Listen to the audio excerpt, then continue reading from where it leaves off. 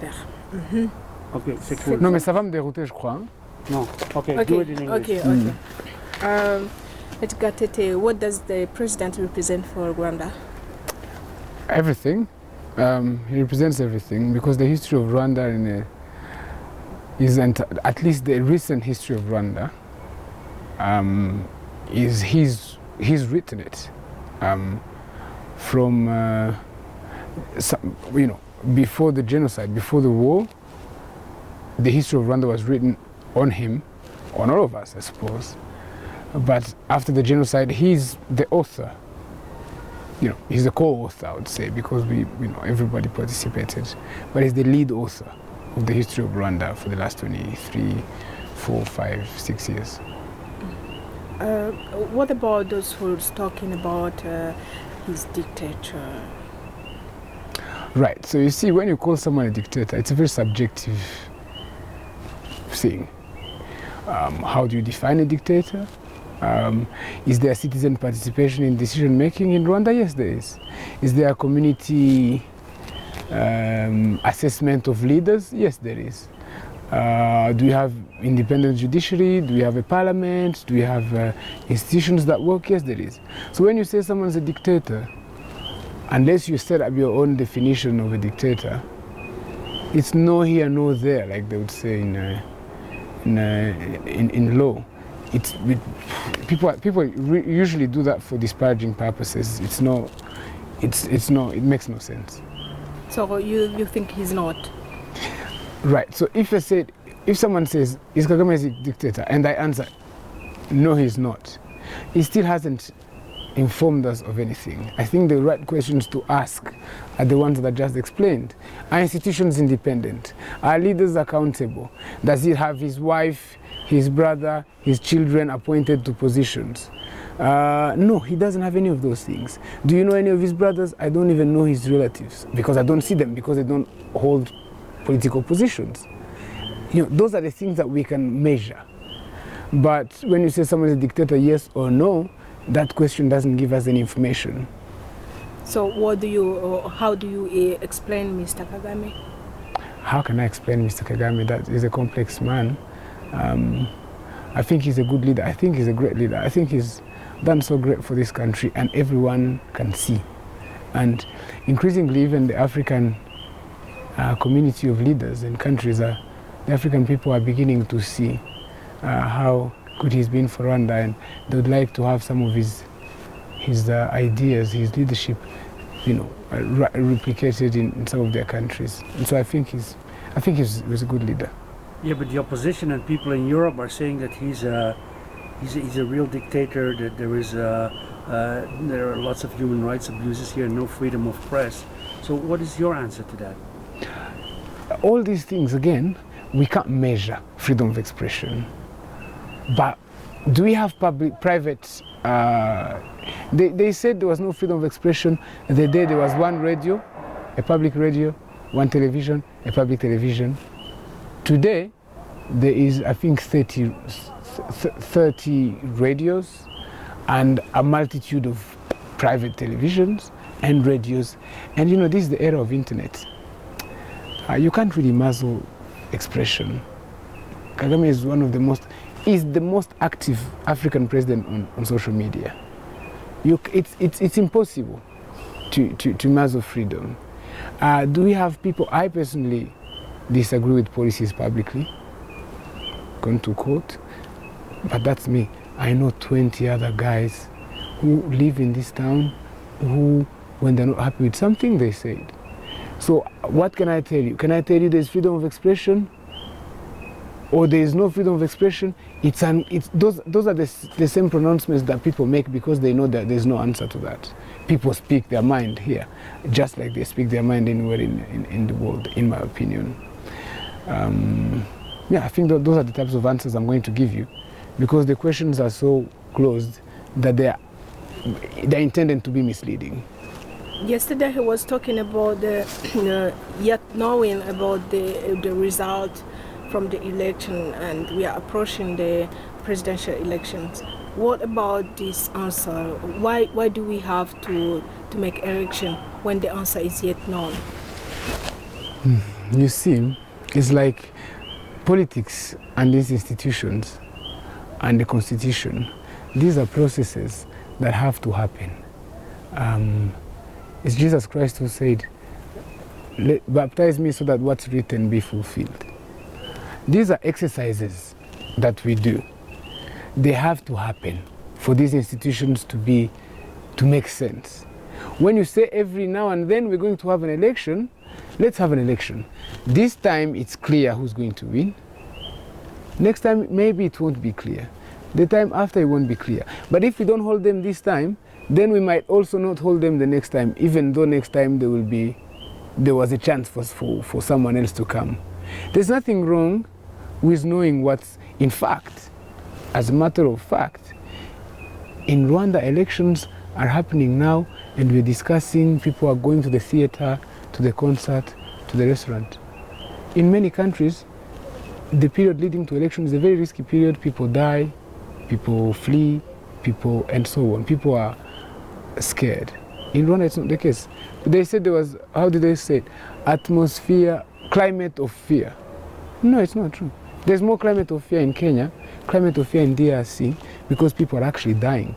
There must be crisis, there will be violence. What they call post-electoral violence, they could be, I hope there isn't, in all these other countries. Watch this space. Elections are going to happen, people are going to the stadium to dance the next day. The climate of fear is actually in all these other countries where people might actually die. And that's what people don't understand. That's what people don't grasp. It's misleading when they say these things.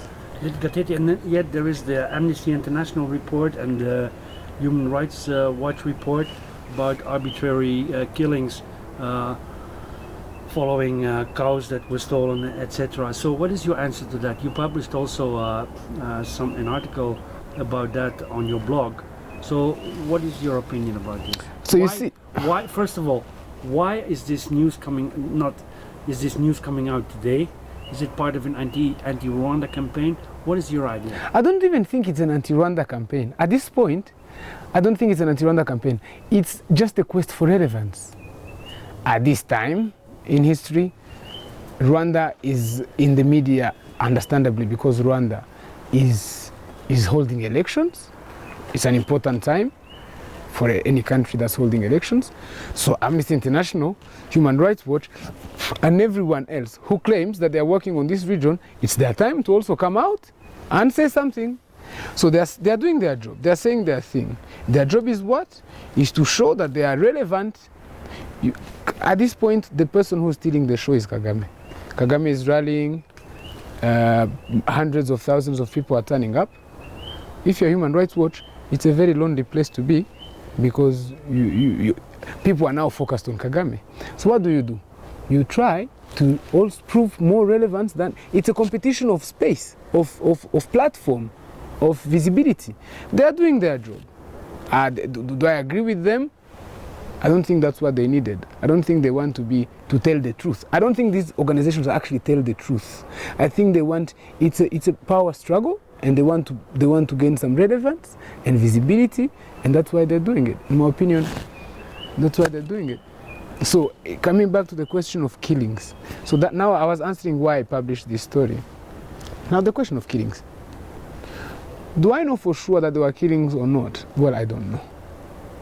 I'm not the police, I don't investigate killings. I read reports of the Human Rights Commission, and if there were killings, that's indeed sad. But if someone is killed for stealing cows, what does it have to do with Kagame? Did he steal Kagame's cows? Did Kagame give orders? Give orders to go shoot people who stole cows? I see videos of people being killed, black people being killed in the US. Or I'm sure there's someone who got killed in France by the police. Is it Macron's fault? Is it Donald Trump's fault? People steal cow in a district. A police shoots them. That's illegal. You don't shoot someone for stealing cows. But what does it have to do with Kagame? So it is. I think Kagame is the easy target, because at the moment he's the one who's on the platform. He's the one who's campaigning and so on, which is why it's interesting to link everything to one man. But I think they're missing the point here. So, and then there is another question. There was political parties or people that wanted to run for the presidency that were not allowed to put in their candidature, like this woman Diane. So, what is your opinion about that? You know, it happens everywhere. There was not only Diane. There was Diane. There was a guy called Barafinda. There was another guy. So there were many guys who wanted to run for president. To run for president, you have to fulfill a certain number of requirements. One of them, the most difficult one actually, is to have 600 people, 12 per district, to allow you to run. That's what the law says for now. In France, for instance, they call it parrainage. You can't really run if you don't have people who have signed for you. So this is a very standard procedure. Now, did she, according to the Electoral Commission, she did not fulfill this requirement. She did not get, in fact, I think she admitted that there were some people that some of her volunteers brought in signatures that were not valid. End of story. There are 3 candidates. As far as I'm concerned, I know who's going to win. I know, and so on. So even if we had 20 candidates, 10 candidates, 5 candidates, it wouldn't have made any difference at this point in time, for everyone who's honest. So I don't overthink things. There were rules set by the Electoral Commission. She did not meet them. According to the Electoral Commission, she was disqualified. Barafinda, the guy I think he's a bit mentally ill, he also was disqualified. There was another guy who used to ride on motorbikes to go to the Electoral Commission, was also disqualified. It happens everywhere. It's normal. What about those people who are saying that Kagame is not open to the world?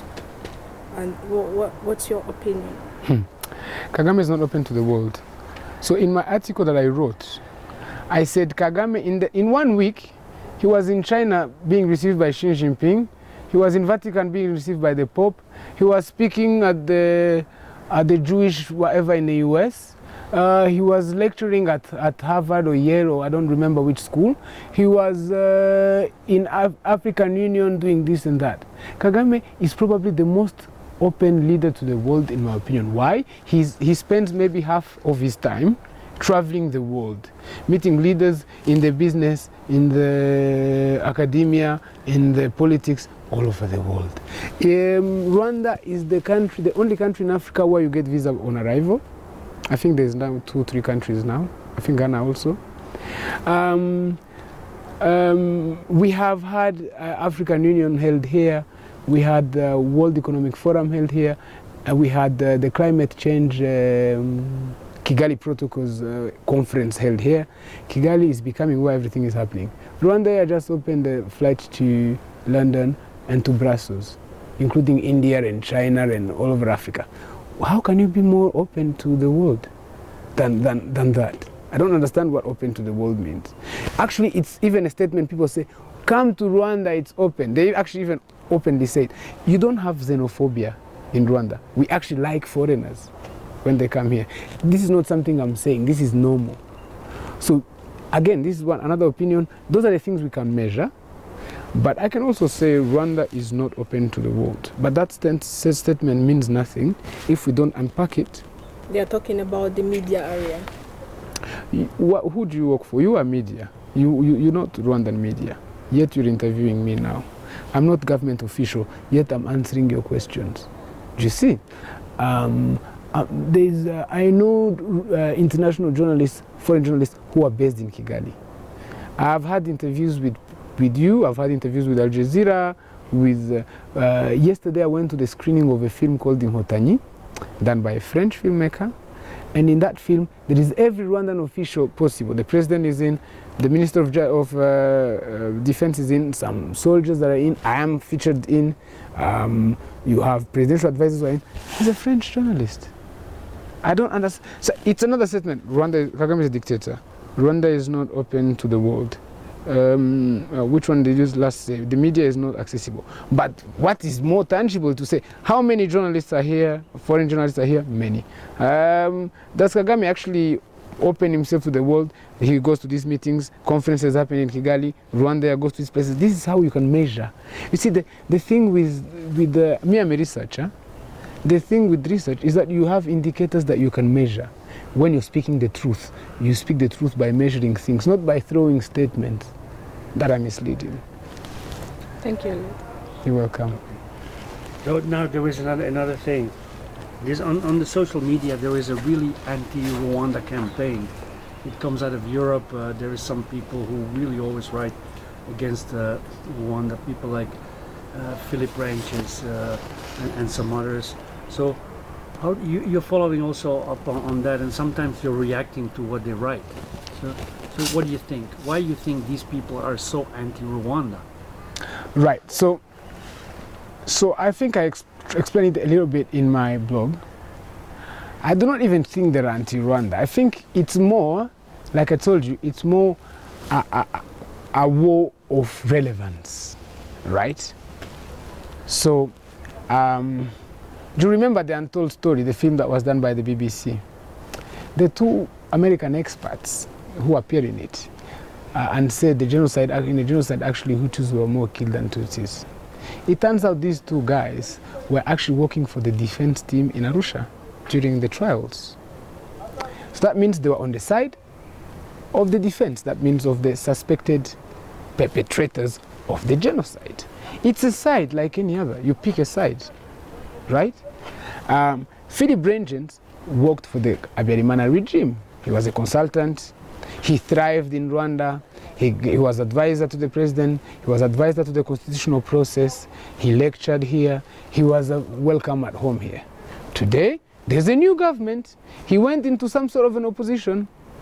It's a side. There's mutual dislike. Here they don't like him. He doesn't like them.